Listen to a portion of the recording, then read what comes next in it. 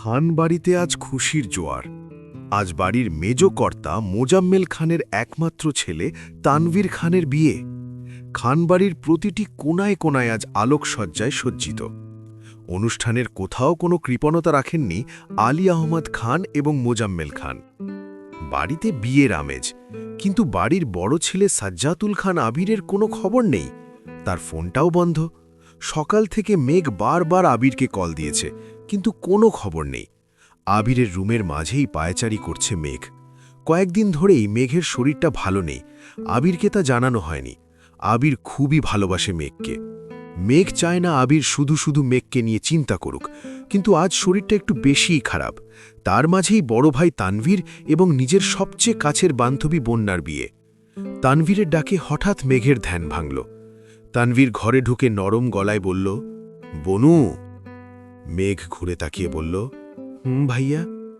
তানভীর চিন্তিত মুখে জিজ্ঞেস করল, ভাইয়ার কোনো খবর পাওয়া গেল? মেঘ নিচু স্বরে বলল, না ভাইয়া, তুমি একটু রাকিব আর রাসেল ভাইয়াকে কল দিয়ে জিজ্ঞেস করো তারা কিছু জানে কিনা। তানভীর আশ্বস্ত করে বলল, ঠিক আছে, তুই টেনশন করিস না, ভাইয়া চলে আসবে। মেঘ দীর্ঘশ্বাস ফেলে বলল, মেঘ ব্যালকনির কাছে গেল। নিচের দিকে তাকিয়ে আবিরের আসার অপেক্ষা করছে। হঠাৎ পূর্বের কিছু কথা মনে পড়তেই মেঘ একা একা হাসতে থাকল আর বলল, আমি মাহদিবা খান মেঘ, মোজাম্মেল খানের একমাত্র রাজকন্যা, তানভীর খানের একমাত্র চোখের মণি। এই ব্যালকনিতে দাঁড়িয়ে কতই না রাত জেগেছি আমার আবির ভাইয়ের জন্য। আমার আবির।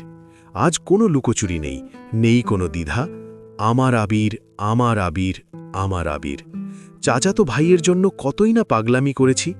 আজ আমি তাকে পেয়ে পরিপূর্ণ। আমার জীবনের উপহার হলো আবির ভাইয়ের মতো একজন স্বামী পাওয়া।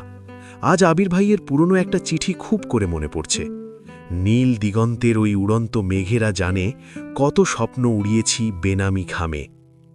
হঠাৎ ফোনের টুংটাং শব্দে ধ্যানভঙ্গ হল মেঘের।